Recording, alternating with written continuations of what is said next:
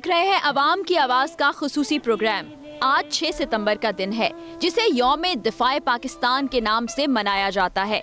6 सितंबर 1965 के दिन अफवाज पाकिस्तान ने दुश्मन के नापाक अज़ाइम को खाक में मिला दिया। अफवाज पाकिस्तान ने बर्री, बहरी और फिजाई हदूद की हिफाजत करने के लिए अपनी जानें कुर्बान कर डाली। उन शहीदों ने हमारा सर फख्र से बुलंद कर दिया और गाजियों ने हमारा मान बढ़ाया। किसी भी मुल्क की सरहदों की हिफाजत के लिए बर्री, बहरी और फिजाई हदूद पर पाक फौज के जवान हमा वक्त चाको चौबंद अपनी ड्यूटियां सरअंजाम देते हैं। मौसम की सख्ती, अपने घर वालों से दूरी, हर चीज को पसे पुष्ट डालकर एक ही मकसद, एक ही मिशन उनके दिलो दिमाग में होता है और वो है पाक सरजमीन की हिफाजत, जिसको हर मौके पर अफवाज पाकिस्तान ने यकीनी बनाया। इसीलिए पाक फौज का शुमार दुनिया की बेहतरीन अफवाज में होता है।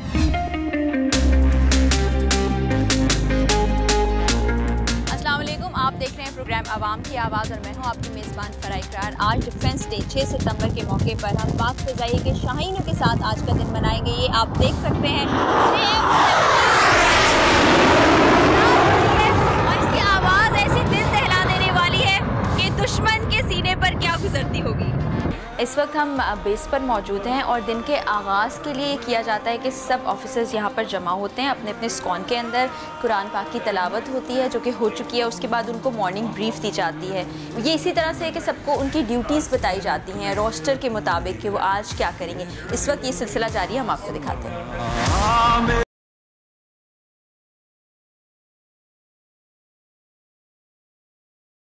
इस वक्त हम एयरक्रू फ्लाइट इक्विपमेंट रूम के बिल्कुल बाहर मौजूद हैं। ये बिल्कुल आप समझे कि ड्रेसिंग रूम जैसा होता है जहाँ पे मुख्तलिफ़ तरह के ड्रेस मौजूद होते हैं। गियर अप करते हैं, ये ड्रेसअप करते हैं अपने आप को, उसके बाद फिर फ़्लाइट के लिए जाते हैं। ये देखिए कि ग्रीन कलर के सूट्स हैं और ऑरेंज कलर के भी सूट्स हैं। तो हम सबसे पहले ये पूछते हैं कि ये ऑरेंज और ग्रीन क्यों पहने जाते हैं, क्या डिफरेंस है। अस्सलाम वालेकुम जी। वालेकुम सलाम। आप ऑरेंज कलर का कवरऑल पहने हुए हैं। जी बिल्कुल। पहले तो ये बताएं कवरऑल क्या होता है, फिर ऑरेंज क्यों है। जी, कवरऑल तो हमारा बेसिक फ़्लाइट गियर है। जब भी हम फ्लाइंग के लिए जा रहे होते हैं हम ये सूट पहनते हैं। एक्चुअली फायर रेजिस्टेंट है और फ्लाइंग में हमें ये हेल्प करता है, इसलिए हम ये पहनते हैं और कोई नॉर्मल सूट नहीं हम इसमें पहन सकते फ्लाई करते हुए। जी बिल्कुल। तो ऑरेंज और ग्रीन का डिफरेंस क्या है। जैसे कि आप यहाँ आई थी, हम आपको पता चला था कि हमें गार्डियंस ऑफ द अरेबियन भी हमें कहा जाता है, तो हमने सी साइड पे भी प्रोटेक्ट करना होता है। इसलिए हम कुछ पायलट्स हमारे ऐसे हैं जो रोज़ ऑरेंज कवरऑल में आते हैं कि जस्ट इन केस सी पे कोई हमें थ्रेट हो सी साइड से, तो हम फ़ौरन रिस्पॉन्स जनरेट करके सी साइड पे जा सकें।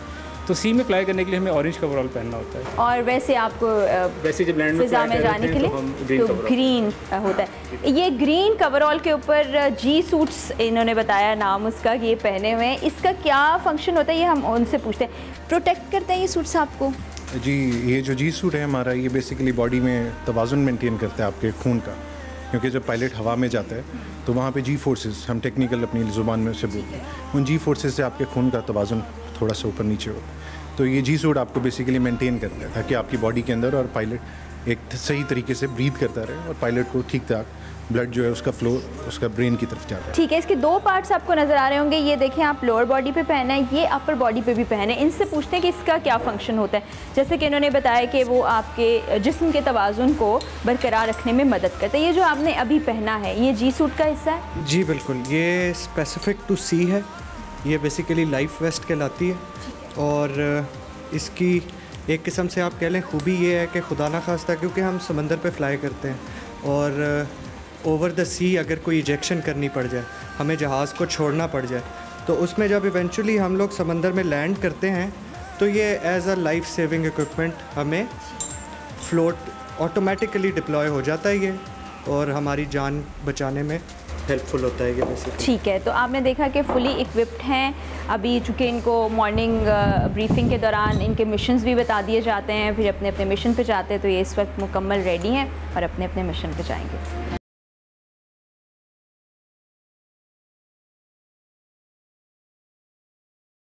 इस वक्त मेरे अकब में आप फ़ख्रे पाकिस्तान JF-17 थंडर तैयारे को देख सकते हैं आपको मालूम है कि फ़िज़ा में कितनी तेज़ी से ये बुलंद होता है, अपने दुश्मन के ठिकानों पर किस तरह से हमला करता है, मिसाइल का इस्तेमाल किया जाता है। फ़िज़ा में बुलंद होने के बाद ज़मीन पर और फ़िज़ा से फ़िज़ा में यानी एयर टू एयर स्ट्राइक भी करता है। ये एयरक्राफ्ट जो है बहुत से मिसाइल को कैरी करने का इसकी सलाहियत रखता है। आप ये देखिए कि इस वक्त तैयारी की जा रही है, हमारे पायलट्स, फाइटर पायलट्स इसमें मौजूद हैं। कुछ ही देर बाद यहाँ से उड़ान भरेगा और फिर हम देखेंगे किस तेज़ी से फ़िज़ा में बुलंद होता है।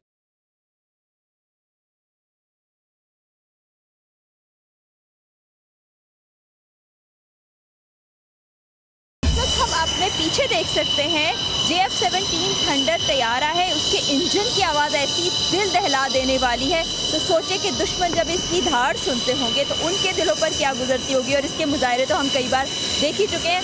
यहाँ से ये जहाज़ निकलेगा, टैक्सी करेगा, रनवे पे जाएंगे, वहाँ से टेक ऑफ करेगा, और ये इनका रूटीन एक मिशन होता है जिसको ट्रेनिंग मिशन कहते हैं। उस पर ये जाते रहते हैं ताकि पायलट्स जो है भरपूर तरीके से हर दम हर वक्त तैयार रहें।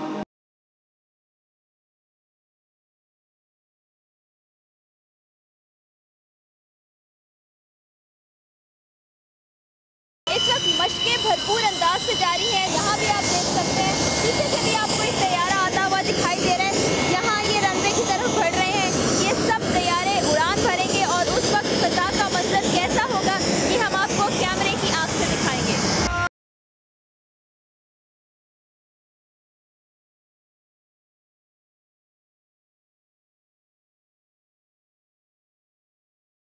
आप देख सकते हैं JF-17 थंडर तैयारा इस वक्त टैक्सी कर रहा है। यहाँ से चलते हुए ये रनवे की तरफ बढ़ेगा जहाँ से ये तैयारा अपनी उड़ान भरेगा।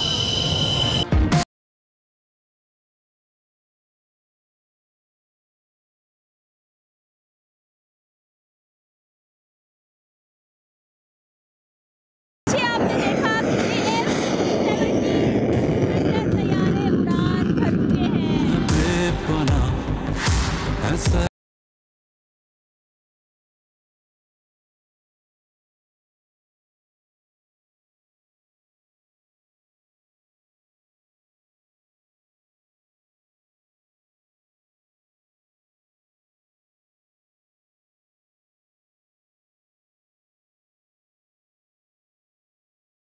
इस वक्त फ़िज़ा में बुलंद होते हुए और मिशन को कंप्लीट करते हुए JF-17 थंडर को बहुत अच्छा लग रहा है और खुशी महसूस हो रही है कि हमारे पास ऐसे फाइटर जेट्स हैं।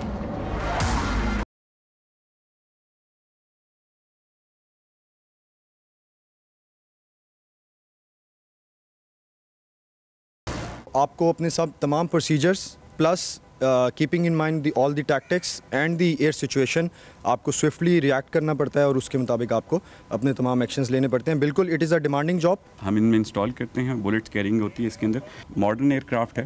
तो इसके ये सारे वेपनरी सिस्टम्स जितने हैं, इसके जितने इंजन है, इसके जितने कंट्रोल्स हैं, ये सारे कंप्यूटर बेस्ड हैं।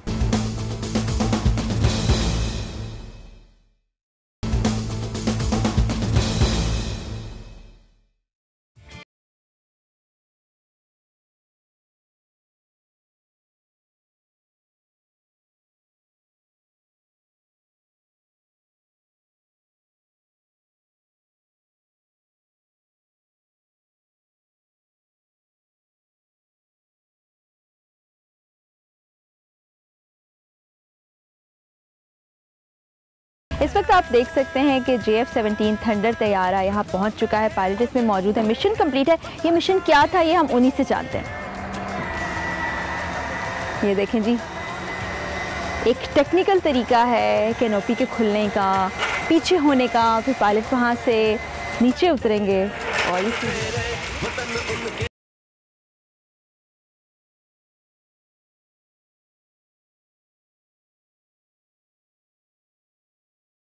यहाँ लैंड करने के बाद जब तैयारा पहुँचता है तो उसकी सेफ्टी और सिक्योरिटी का बहुत ख्याल रखा जाता है। हमने देखा कि जी जो फ्रंट पे पूरा इक्विपमेंट है इसको कवर कर दिया गया है। अभी पायलट के लिए भी कुछ इंस्ट्रक्शंस होंगी, ऑफ कोर्स इसको फॉलो करते हुए नीचे आ रहे हैं। एक हेल्प करने के लिए शख्स यहाँ पर मौजूद है।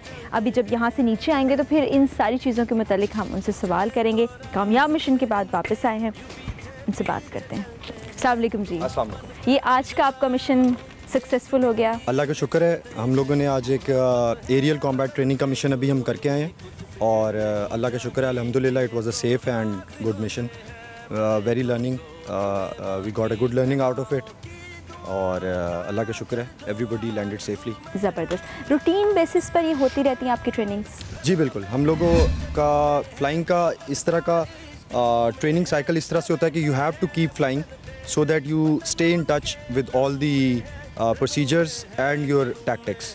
तो इसलिए आपको कॉन्टीन्यूस फ्लाई करना पड़ता है टू स्टे हैंड ऑन। ठीक है, एक तो नॉर्मल फ्लाइंग होती है जो कि एक आम तैयारे पे की जाती है, तो ऑफ कोर्स जेट फाइटर तैयारा है जिसको चलाना भी टेक्निकली बहुत मुश्किल है, फिर एक पायलट बहुत मुश्किल मराहल से गुजर के यहाँ तक पहुँचता है। कैसी ट्रेनिंग रहती है आपकी? जी बिल्कुल, ट्रेनिंग जो होती है वो it start from the very basic primary level, जिस पे हम लोग मुशाक एंड देन जेट ट्रेनर जहाज़ों से हम लोग ट्रेन होते हुए फाइटर्स के ऊपर आते हैं and then from there advance fighters, high tech fighters जिसमें JF-17s and F-16s leading the way in Pakistan. तो उसके ऊपर फिर पायलट्स को चुना जाता है and they go on and train on that and then they fly JF-17s and F-16s multi-role fighters। ठीक है, इस तैयारे में सिर्फ अकेला एक पायलट मौजूद होता है? जी बिल्कुल। तो सारी रिस्पॉन्सिबिलिटी होती है, क्विक एक्शन होते होंगे, डिसीजन मेकिंग बहुत क्विक होती होगी?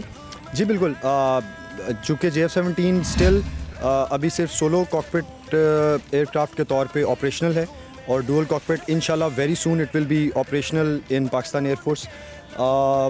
यस बिल्कुल, इसमें obviously the task is only on one person, तो आपको अपने सब तमाम procedures plus keeping in mind all the tactics and the air situation आपको स्विफ्टली रिएक्ट करना पड़ता है और उसके मुताबिक आपको अपने तमाम एक्शंस लेने पड़ते हैं। बिल्कुल it is a demanding job, लेकिन एयरफोर्स एज अ पायलट हमारी ट्रेनिंग इतनी आप कह सकती हैं कि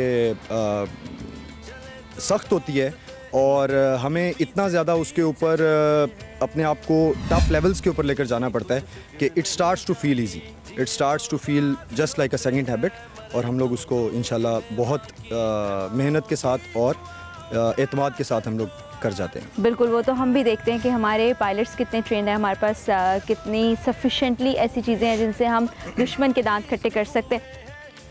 एक जहाज़ जो है उसकी मेंटेनेंस बहुत ज़्यादा ज़रूरी होती है, टेक्निकली जहाज़ का साउंड होना बहुत ज़रूरी होता है क्योंकि ये कोई आम मिशन नहीं होते जिस पे हमारे जेट फाइटर तैयारे जा रहे होते हैं।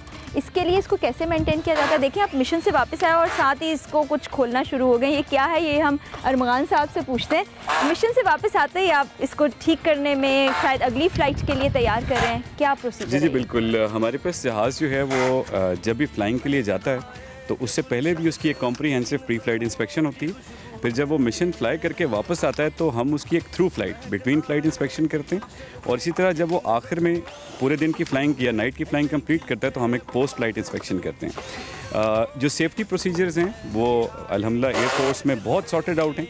हमारी जो टेक्निकल वर्कफोर्स है उसकी ट्रेनिंग, उसके ऊपर बहुत ज़्यादा फोकस किया जाता है। हमारे जो लीडर्स कमांडर्स हैं उनका बड़ा फोकस है कि हम अपने वर्कफोर्स को, टेक्नीशियंस को बहुत state of the art facilities हमारे पास हैं जिसमें हम उन्हें ट्रेन करते हैं इतनी सोफिस्टिकेटेड मशीन्स के ऊपर काम करने के लिए। इसीलिए हमारा अल्हम्दुलिल्लाह क्वालिटी और सेफ्टी का रिकॉर्ड वर्ल्ड में रिकग्नाइज्ड है पाकिस्तान एयरफोर्स का। और इसके साथ साथ हमारे जो रिटन प्रोसीजर्स हैं, मेंटेनेंस के रिटन प्रोसीजर्स भी बड़े सॉर्टेड आउट हैं। तो इन रिटन प्रोसीजर्स के ऊपर बेस्ड हमारे पास जो टेक्निकल वर्कफोर्स इंडक्ट होती है उनको हम एक गाइडलाइन प्रोवाइड करते हैं कि उन्होंने मेंटेनेंस किस तरह से करनी है, अगर कोई मेजर डिफेक्ट आ गया है तो उसको कैसे रेक्टिफाई करना है। और जो हमारे क्वालिटी के प्रिंसिपल्स हैं उनको हम एनफोर्स करते हैं फील्ड में ताकि हम एक बहुत अच्छा प्रोडक्ट निकालें और वो एक बहुत अच्छा प्रोडक्ट जो है वो वॉर टाइम और पीस टाइम सिनेरियो में अपना रोल प्ले करे। ये तो हमारी अपनी प्रोडक्शन है JF-17 ये एक तो इसके डायनामिक्स जरा बताइएगा, ये मिसाइल्स को कहाँ कैरी करते हैं? यहाँ ये जो आपके सामने लगा हुआ है ये एक ड्रॉप टैंक है। ये फॉर द टाइम बीइंग एक फ्यूल कैरिंग एक्सटर्नल टैंक है। ये जहाज़ फ्यूल अपने अंदर भी इसके अंदर समाने की सलाहियत है और एक्सटर्नली भी हम इसमें टैंक्स लगा सकते हैं। इसी तरह इन हार्ड पॉइंट्स के ऊपर ये डिफरेंट हार्ड पॉइंट्स, जो आपको मैं हार्ड पॉइंट कह रहा हूँ कि जहाँ पर हम कोई एक्सटर्नल स्टोर लगा सकते हैं, जिस तरह एक ये हो गया और इसी तरह ये विंग टिप के ऊपर आपको एक नज़र आ रहा है। जी बिल्कुल। इन पॉइंट्स के ऊपर हम मुख्तलिफ़ किस्म के मिसाइल्स बॉम्ब्स इंस्टॉल कर सकते हैं और वो इसकी वैल्यू एडिशन है because that is the main role and task of the aircraft. ये गो इन दी बैटल और ये अपने वेपन्स को डिस्पेंस करेगा और अल्हम्दुलिल्लाह JF-17 जो है वो इस वक्त उसका बड़ा अच्छा ट्रैक रिकॉर्ड है वेपनरी का। और इसके अलावा इसके अंदर एक गन भी होती है जिसके अंदर हम बुलेट्स भी लगाते हैं। ठीक है, और वो फ्रंट साइड पे कहीं इंस्टॉल वो इंटरनल होती है, फ्रंट साइड पे मैं आपको उसकी ठीक है, हम यहाँ से ज़रा चलते चलते देखते हैं। इसके जो विंग्स हैं उनके अंदर भी फ्यूल को स्टोर किया जाता है और ये अपर बॉडी जो आप दिखा रहे थे उसमें भी इसको बेसिकली ये जो पूरा एक पाइप शेप आपको नज़र आ रही है ये फ्यूज़ेलाज है, इसके अंदर भी टैंक्स हैं और विंग के अंदर भी फ्यूल होता है। तो जहाज़ इटसेल्फ जो है वो फ्यूल से लोडेड होता है और इसके अलावा एक्सटर्नली भी हम इसमें ठीक है। आप वो दिखाना चाह रहे थे हमें कि जहाँ पर बुलेट्स भी हो सकती हैं लोड की जाती हैं।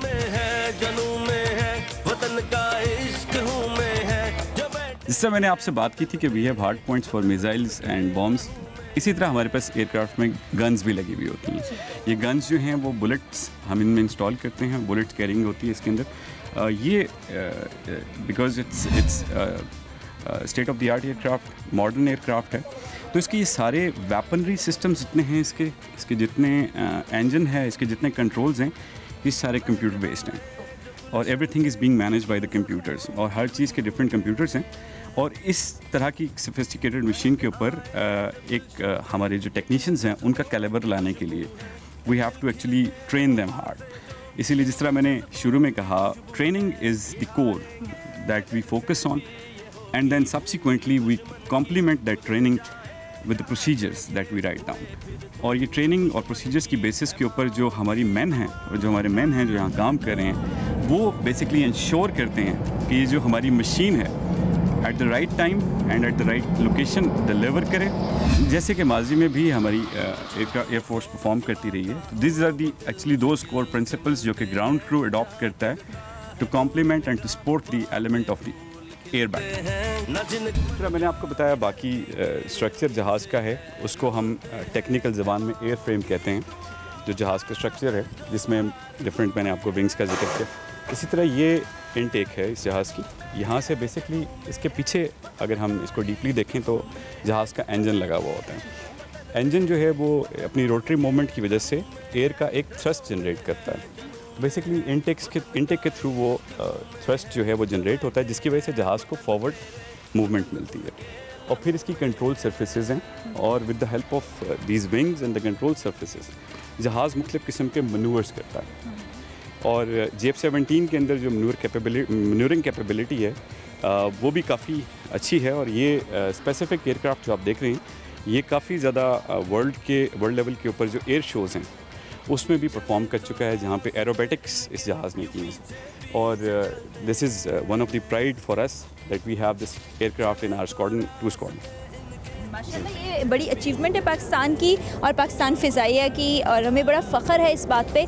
एयर शोज़ हम देखते हैं कि कितना क्विकली मूव कर रहा होता है ये जहाज़, कोई आम जहाज़ नहीं होता है। जैसे कि अभी आपने देख भी लिया कि इसमें कितनी कैपेसिटी है, कितनी कैपेबिलिटी है, किस तरह से ये दुश्मन के दांत खट्टे आपने देखा कि माजी में भी कर चुका है। तो इंशाल्लाह हमें उम्मीद है कि आइंदा आने वाले दिनों में भी जब भी किसी ने बुरी नज़र से हमारे पाकिस्तान की तरफ देखा तो एयरफोर्स के जवान मौजूद हैं जो उनको यहाँ से मार भगाएंगे। इस वक्त हम स्क्वाड्रन 2 के ऑफिसर कमांडिंग विंग कमांडर जनाब फैसल अल्ताफ़ बख्श के साथ मौजूद हैं, उनसे हम कुछ बातचीत करते हैं। आज हमने यहाँ पर विज़िट किया, देखा जवान कितनी सरगर्मी से तुंदही से अपना काम सर अंजाम दे रहे हैं। अस्सलाम वालेकुम सर, कैसे हैं? वालेकुम अस्सलाम, welcome to squad. Thank you so much. अभी हम देख रहे थे कि एयरफोर्स का एक ऑफिसर जो है उस पर कितनी भारी जिम्मेदारी है और आप पूरा स्क्वाड्रन उसको लीड करते हैं, सारे ऑफिसर्स को लेकर चलते हैं, तो अपनी जिम्मेदारियों को कैसे निभाते हैं? पहले तो मैं अल्लाह का शुक्र अदा करता हूँ कि अल्लाह ताला ने मुझे इस काबिल बनाया कि मैं 2 स्क्वाड को लीड कर रहा हूँ। दूसरा, आपका बहुत वैलिड सवाल है। ज़िम्मेदारी अल्लाह ताला देख के देते हैं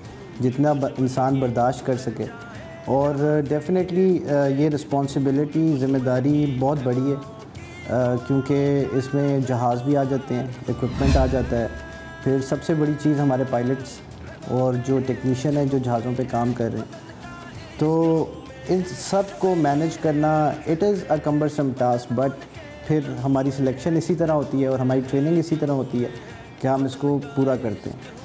अब सबसे इम्पॉर्टेंट ज़िम्मेदारी जो मैं सोचता हूँ मेरी है वो ये है कि अपने पायलट्स को वो ट्रेनिंग देना कि वो उनके काम आए इन फ्यूचर जंग में, ताकि हम अपने एनिमी को उसी तरह मुकाबला कर सकें उनका। और आपको पता है पुराने ज़माने में जो वॉरियर्स होते थे, अर्तुगरुल गाज़ी अगर आपने देखा होगा तो it is talk of the town, Ertugrul Ghazi drama जो है, तो उसमें जो वॉरियर होते थे दैट इज़ द स्ट्रेंथ। और अभी हमारे जो पायलट्स हैं वो वॉरियर हैं, वो एयर में जाते हैं तो उनकी ट्रेनिंग ऐसी होनी चाहिए कि उन्होंने अपनी जान देनी है जाके, तो उसमें जान बचानी भी है उन्होंने। तो इन्हीं लाइंस पे हम लोग ट्रेनिंग देते हैं और ये सबसे बड़ी ज़िम्मेदारी है। अभी हम देख के आए हैं JF-17 थंडर तैयारे, क्या उड़ान भरते हैं, किस तरह से टारगेट करते हैं कि आपको मज़ा आ जाता है देख के। हमने सुना है उनको अपग्रेड किया जा रहा है, कुछ डुअल कैबिन बन रहा है उसमें, या कुछ और टेक्निकल तरीके से उसको मज़ीद साउंड किया जा रहा है, उस बारे में हमें कुछ बताएंगे आप? जी, पहले तो आपको डेफिनेटली पूरे पाकिस्तान को पता है कि JF-17 is pride of our nation, and इसमें over and above another thing is कि this is the only air force in the world जो JF-17 हम लोग खुद बना रहे हैं, खुद अपने फाइटर एयरक्राफ्ट बना रहे हैं। And definitely this aircraft is no less आजकल के ज़माने के हिसाब से। इसमें एवियोनिक्स और बहुत ज़बरदस्त चीज़ें हैं। और जो आपने बात की अपग्रेड की, तो वो तो एक it is another leap ahead, तो it will be a very potent aircraft and still it is, but वो जो एनहांसमेंट्स होनी है इसमें वो बहुत ज़बरदस्त होनी है। इसमें वेपन्स नए लगने हैं, इसमें बहुत ज़बरदस्त चीज़ें लगनी हैं। कंपैरेटिवली हमारा मुल्क उतना बड़ा नहीं है और हमारी फ़ोर्स उतनी बड़ी नहीं है, लेकिन टेक्निकली बहुत अच्छे तरीके से काम करें, तो अपने जवानों को अप टू डेट रखने के लिए या उनके मुकाबले में वो कम ना हो, ऐसा आप लोग क्या करते हैं कि दुश्मन भी खौफज़दा रहे और हमारे जो जवान हैं वो हरदम तैयार रहें? देखिए, इस सवाल का तो जवाब मैं दूंगा कि हम मुसलमान हैं, बड़ी कौमों से, बड़ी मुल्कों से और कंट्री से और फ़ौजों से तो हम नहीं डरते, ठीक है। ये तो मुसलमानों का हमेशा से रहा है, जब भी मुसलमान हमेशा कम रहे हैं और उन्होंने एक बड़ी फ़ोर्स को शिकस्त दी है। इट इज़ हमारा ईमान है, हौसला है और ऊपर से ट्रेनिंग है। ट्रेनिंग की वजह से हम लोग we can take up any air force, any country in the world. और जो पायलट होते हैं दे आर वेल ट्रेंड, सब कोर्सेज़ किए हुए होते हैं, हर तरह के कोर्स, और एक वैल्यूबल एसेट बन जाता है आपको। आप ये एक और ज़िम्मेदारी की बात होती है कि ये हमारे पास जो जहाज़ हैं हम इनको सेफ़ली फ्लाई करें ताकि ये ज़रूरत के वक्त काम आ सकें। तो इसके लिए हम ट्रेनिंग जो देते हैं वो यही इसी एस्पेक्ट में देते हैं और इंशाल्लाह वी विल प्रूव वर्दी। Thank you so much Faisal साहब, बहुत शुक्रिया आपका हमें वक्त देने के लिए। हमने आज आपको दिखाया कि किस तरह से JF-17 थंडर तैयारा उड़ान भरता है, किस तरह से मशक़ें की जाती हैं, किस तरह से पाक फ़िज़ाइया के शाहीन अप टू डेट रहते हैं, पुरअज़्म हैं, बाहिम्मत हैं, जवान हैं, और इसीलिए हमें अपनी अफ़वाज पर फ़ख्र है और हमें इस बात का ख़तरा नहीं है कि अगर हम रात को घरों में सुकून की नींद सो रहे हैं तो हमारे बॉर्डर पर कोई हमला हो जाएगा, क्योंकि हमने मुँह तोड़ जवाब माजी में भी दिया है। T-33 जो सबसे पहला एयरक्राफ्ट जो आया था नंबर 2 स्क्वाड में, और यही वो जहाज़ है जिसके ऊपर राशिद मिन्हास भी ट्रेनिंग कर रहे थे जब उनकी शहादत हुई थी। ऐसा नहीं है कि हम ये सब अच्छे लम्हात एंजॉय नहीं करते, हमारी अपनी क्रू रूम स्टोरीज़ हैं, बट उसी क्रू रूम में जब अलर्ट की बेल बजती है तो with in seconds mind set, चीज़ें, रिस्पॉन्स सब कुछ चेंज हो जाता है।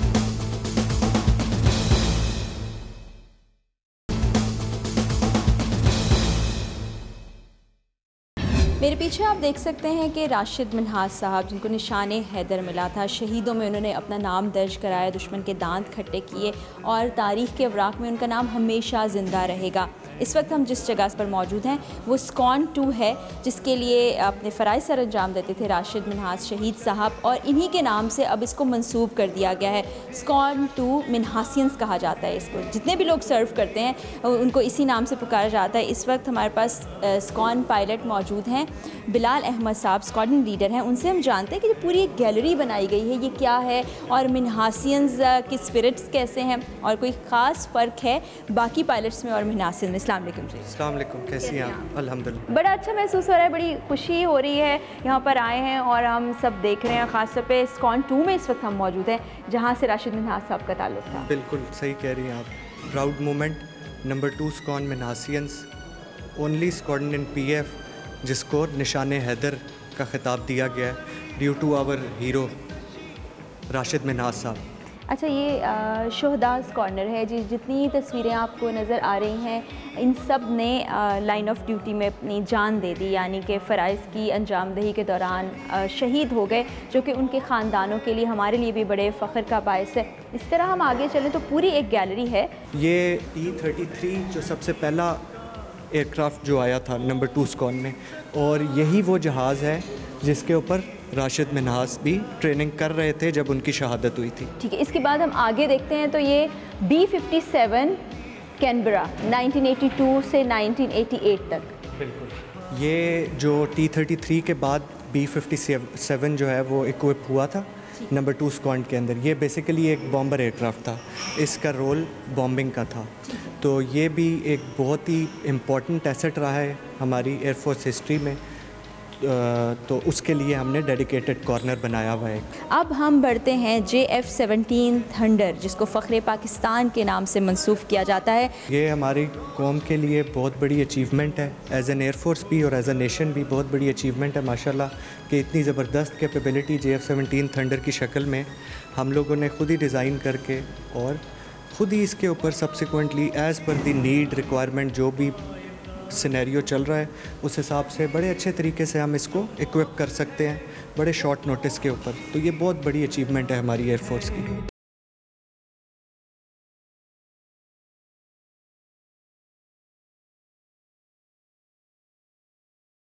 गैलरी में मैं मौजूद हूँ और यहाँ पर मुझे लिखा हुआ दिखाई दे रहा है बर्थ ऑफ मारीपुर 1942 till 47। तो इसके बारे में हम जानते हैं। अस्सलाम वालेकुम जी। वालेकुम अस्सलाम। कैसे हैं आप? अल्हम्दुलिल्लाह। ये आर्काइव में क्या उस ज़माने से लेकर आज के ज़माने की तस्वीर हमें दिखाई देंगी? बिस्मिल्लाह, first of welcome to the archives of PF base. इस गैलरी में हमारे पास मौजूद है 1942 से लेकर till date all the history of all the planes and all the martyrs. ठीक है, यहाँ पर हम देख रहे हैं 42 से 47 है, जिसमें आपको कायद भी दिखाई दे रहे हैं और उस ज़माने की तस्वीर और कैसे काम होता था वो सब दिखाई दे रहा है, ये आप देख सकते हैं। थोड़ा सा हम आगे बढ़ते हैं, आगे वाली वॉल पे हमें क्या दिखाई देगा? PF की ऑपरेशनल बेस है ये, जो कि एक्चुअली स्टेजिंग एरिया था रॉयल एयरफोर्स का बैक इन 1940s। तो ये उसी की डिपिक्शन है जिसमें ATC टावर दिखाया हुआ है और हमारे पास रॉयल एयरफोर्स का स्टेजिंग एरिया दिखाया हुआ है। जो ट्रांसपोर्ट एयरक्राफ्ट उस टाइम पे यहाँ पे यूज़ हो रहे थे वो दिखाया गया। ठीक है, अब यहाँ पे 1948 से 50s तक वाला एरा आ गया। ये है actually birth of Pakistan 48 to 50। It was actually initial portion of Pakistan air force. इसके अंदर जो हमारे फर्स्ट कमांडर इन चीफ थे जो कि एयर मार्शल नूर खान, उन्होंने टेक ओवर की command PF base operational base की। उसके बाद यहाँ पे डिफरेंट विजिट्स हैं जिसमें वॉइस रॉय हैं, जिसमें चाइनीज़ डेलीगेशंस हैं, तो उन सबको रिसीव किया था एट दिस ऑपरेशनल बेस। ये है F-86 सेबर, जो कि हिस्ट्री में काफ़ी नाम है इन तैयारों का। तो इसकी सिग्निफिकेंस ये है कि इन 1957 पाकिस्तान एयरफोर्स में फ़र्स्ट टाइम हुआ था कि 16 सेबर्स की फॉर्मेशन ने एक कंप्लीट लूप किया था, जो कि हिस्ट्री में एक रिकॉर्ड है for Sabre aircraft in Pakistan air force. 1965 की जंग, जो कि काफ़ी यादगार है, तारीख़ है पाकिस्तान की, इसको हम इन तस्वीरों के ज़रिए से देख सकते हैं। जी बिल्कुल, ये डिपिक्शन है 1965 की वॉर के दौरान पिक्चर्स की। यहाँ पे बेसिकली स्टेशन था B-57, जिसका पाकिस्तान एयरफोर्स की हिस्ट्री में काफ़ी नाम है एज बॉम्बर एयरक्राफ्ट। उसके बाद सेबर एयरक्राफ्ट, जो कि अगेन अपने टाइम का state of the art aircraft था फॉर फाइटर रोल। तो ये 65 की वॉर के अंदर डिफरेंट हैं, जिसमें आपको एक नज़र आएगी पिक्चर जिसमें B-57s लाइंड अप हैं एट रनवे। ये at tarmac B-57s during war all lined up ready for action. ये कौन सा एयरक्राफ्ट है? ये एक हिस्ट्री में एक बहुत ही सिग्निफिकेंट इवेंट है ड्यूरिंग 1971 वॉर। अगर आप यहाँ देखें तो it was just like this कि एक फुल मून नाइट थी जिसमें B-57 जो कि इस ऑपरेशनल बेस से जिसने टेक ऑफ किया, और विद इन इंडिया ये डिपिक्शन है आगरा की। अच्छा, तो टारगेट इन डेप्थ है, those people who understand that कि बहुत ज़्यादा टारगेट इन डेप्थ है जहाँ जाके B-57 ने बॉम्बिंग की थी एट आगरा ड्यूरिंग 71 वॉर। तो ये बेसिकली डिपिक्शन है ड्यूरिंग 1971 वॉर और इंटायर 70s। तो इसके अंदर हमारे पास बेसिकली B-57s थे एंड अगेन सेबर एयरक्राफ्ट जो कि अपना काम करते रहे ड्यूरिंग द वॉर। डिफरेंट किस्म की लॉन्चेस वगैरह इस बेस से होती थी, तो ये उसकी डिपिक्शन।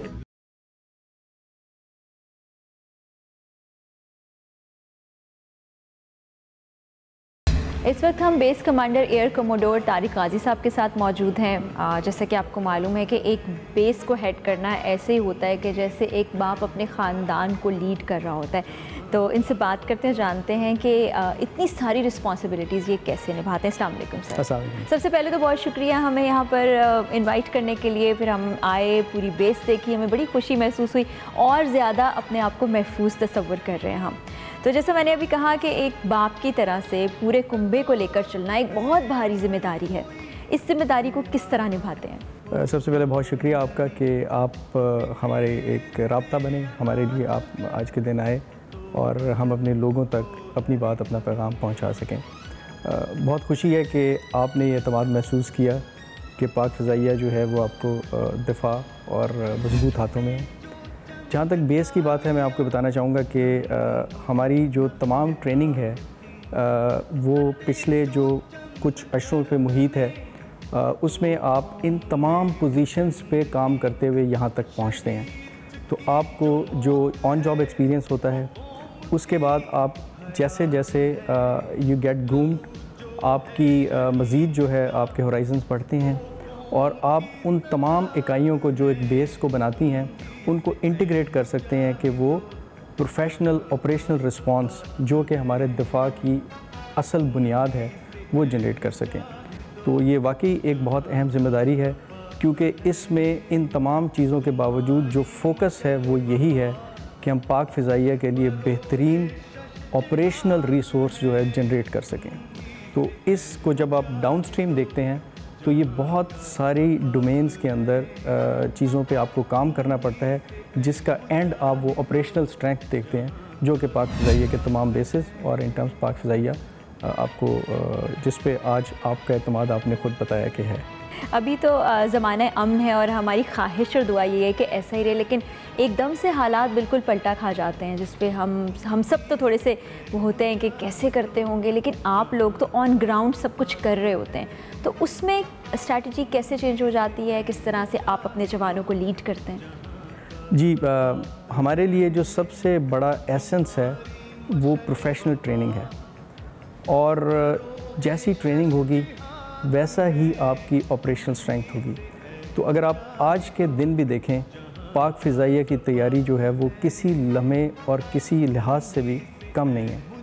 तो इस वक्त भी जहाँ से रिस्पांस है, जहाँ पे हमारी तैयारियाँ हैं, तो हमारे लिए पीस टाइम वॉर टाइम में कोई फ़र्क नहीं है। मतलब एक जैसी तैयारी रहती है, हर वक्त हर लम्हा तैयार जी बिल्कुल। तो इसका आप जो है वो बहुत सारे मौके पे आप इसका अमली जो है मुज़ाहरा भी देख चुके हैं, और जो है उसमें हमारे लिए जो सबसे बड़ा एसेंस है, जो हमारी ड्राइविंग फोर्स है, वो अगर आपने हमारा पाक फ़िज़ाइया का मेलमन देखा हो तो उसके बॉटम पे लिखा हुआ है कौम का सरमाया इफ्तिखार, symbol of pride for the nation.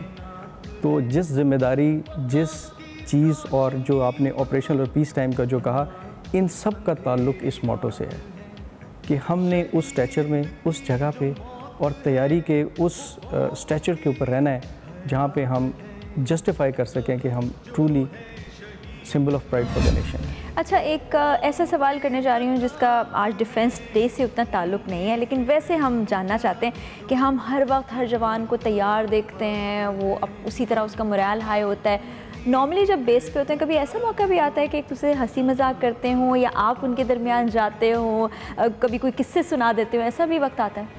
जी बिल्कुल, हम जीते जाते इंसान हैं और ऐसा ही, और यही हमारी ट्रेनिंग का ख़ासा है कि हमें बहुत वाज़े तौर पे फ़र्क पता है कि प्रोफेशन क्या है और नॉर्मल लाइफ क्या है। तो हम वो दोनों ज़िम्मेदारियाँ बहुत अच्छे तरीके से पूरा करते हैं। ऐसा नहीं है कि हम ये सब अच्छे लम्हात एंजॉय नहीं करते। हमारी अपनी क्रू रूम स्टोरीज़ हैं, आप कभी वो सुने लोगों से तो वो इतनी ही लाइवली हैं जितनी किसी और जगह। बट उसी क्रू रूम में जब अलर्ट की बेल बजती है तो विद इन सेकेंड्स माइंडसेट, चीज़ें, रिस्पॉन्स सब कुछ चेंज हो जाता है। आज डिफेंस डे है और हमारी कौम को फ़ख्र है कि हमने आज ही के दिन दुश्मन के दांत खट्टे किए, ना सिर्फ 6 सितंबर के दिन बल्कि उसके आने वाले बहुत से दिन जब दुश्मन अपने मज़मूम अज़ाइम के साथ हमारी जानिब बढ़ा तो हमारी फोर्सेस ने उसको मुँह तोड़ जवाब दिया।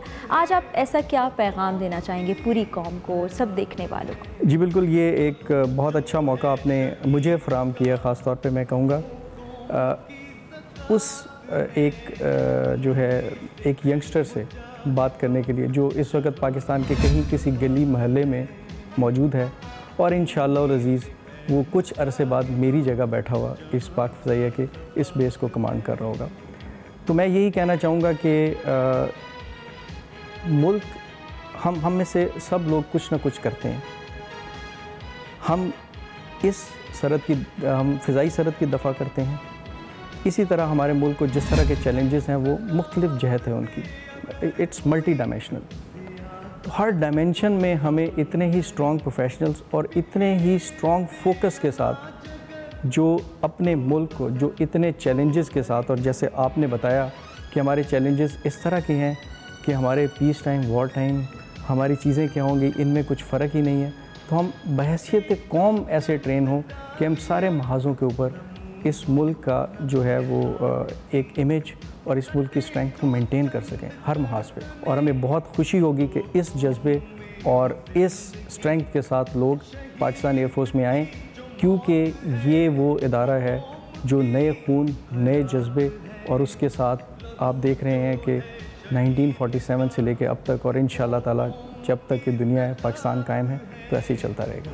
बहुत खूबसूरत पैगाम दिया और बहुत ही खूबसूरत बात की, वो ये कि आप किसी भी फील्ड में चले जाएं, कोई भी जिम्मेदारी आपके ऊपर आयद कर दी जाए, आप उसको ईमानदारी से और पूरे जज्बे के साथ निभाएंगे तो आपकी हैसियत कम नहीं होगी, बल्कि आप अपने मुल्क को स्ट्रेंथन करने में अपना किरदार अदा कर रहे होंगे।